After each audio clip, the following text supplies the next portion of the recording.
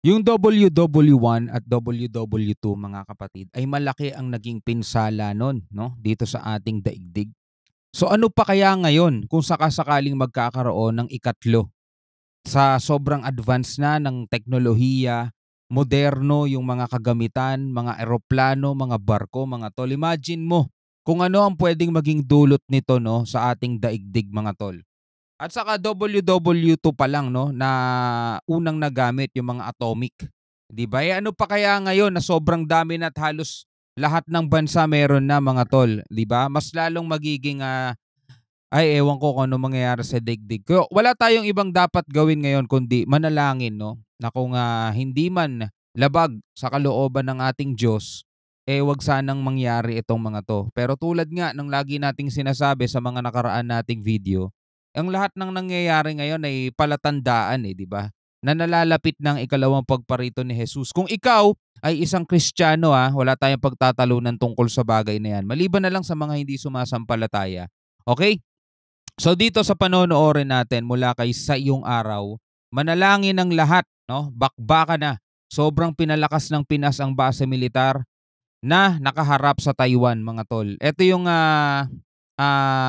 pagpapalakas ng Pilipinas, mga tol. Tuloy-tuloy pa rin naman talaga dahil nga sa nakaraang mga panahon nitong bagong pasok si President Marcos, mga tol, nasaksihan nating lahat kung ano ang ginagawa ng China, no, sa Pilipinas. At ngayon nga na mukhang nagbabadya na mga tol ang China at Taiwan. Eto na kumikilos ang ating militar at kailangan talagang depensahan yung Batanes na nakaharap, no, sa bahagi ng Taiwan. So wag na natin patagalin to mga tol mula kay Sa Iyong Araw. Yan. At panoorin na natin to mga kapatid. The Philippines is boosting the number of troops stationed on its islands sa Tilabaga, closest to Taiwan. umatikabong alitan sa pagitan ng China, Taiwan, Pilipinas at United States of America. Kahit sabihin natin mga tol na China at Taiwan yan, hindi tayo pwede magpakampante. 'Di ba? Kasi napakalapit lang nung sa Batanes, napakalapit lang yan sa Taiwan mga tol. At syempre napakarami nating mga kababayan na nagtatrabaho diyan na imposibleng hindi maapektuhan. Tapos isa pa sa mga kinakatakot ng ibang mga tao rito sa Pilipinas dahil nga daw sa napakaraming EDCA sites dito, posible daw punteryahin yan ng China mga tol. Yun, tingnan natin. At umaarangkada ang Pilipinas sa pagdepensa sa ating mga teritoryo at maging ang pagtulong sa teritoryo ng Taiwan na kung magkakaroon ng digmaan at lulusubin ng China ang Taiwan, malaki ang epekto ng pagpapalakas ng militar sa isang isla na nakaharap sa Taiwan. 'Di ba? Taiwan ang kalaban ng China. Actually, hindi naman talaga nila kalaban Gusto lang nilang bawiin. No, ako sa aking tansya, no, sa aking tingin, hindi idadamay ng China ang Pilipinas, mga tol.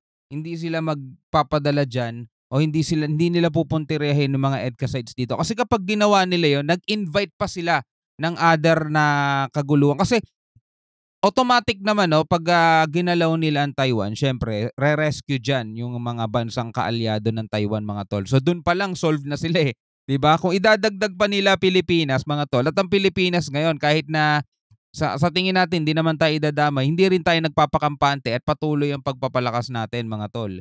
So talagang magiging 3 versus 1 yan o 'di ba? Taiwan, Amerika, malamang tutulong yan. Pilipinas kung idadamay nila, so 3 versus 1 yan. Atin itong pag-usapan, mga kaibigan.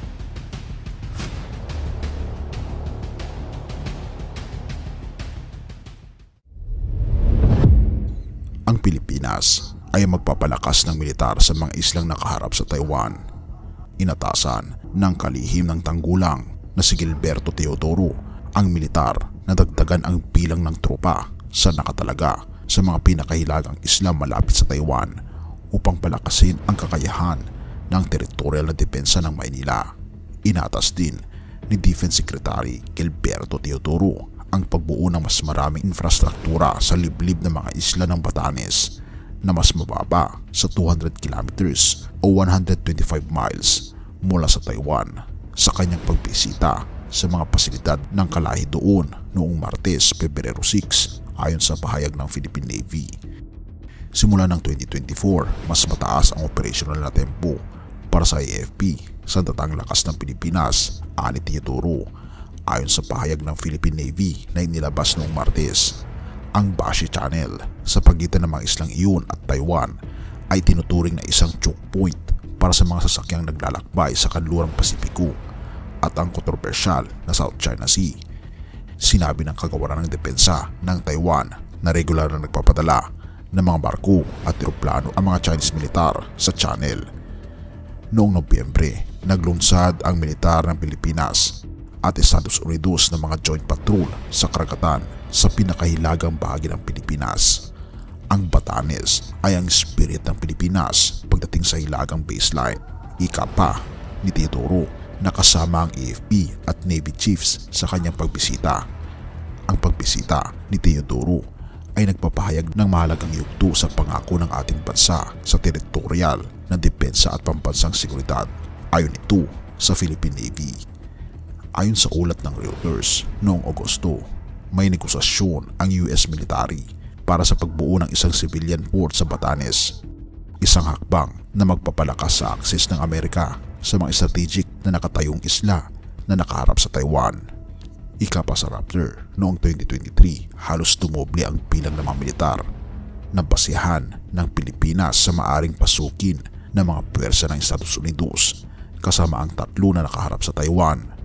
Sinabi ng China na inaangkin ang demokratikong pamahalang Taiwan bilang sariling teritoryo, na ang mga galaw na iyon ay nagpapainit ng tensyon sa rehiyon.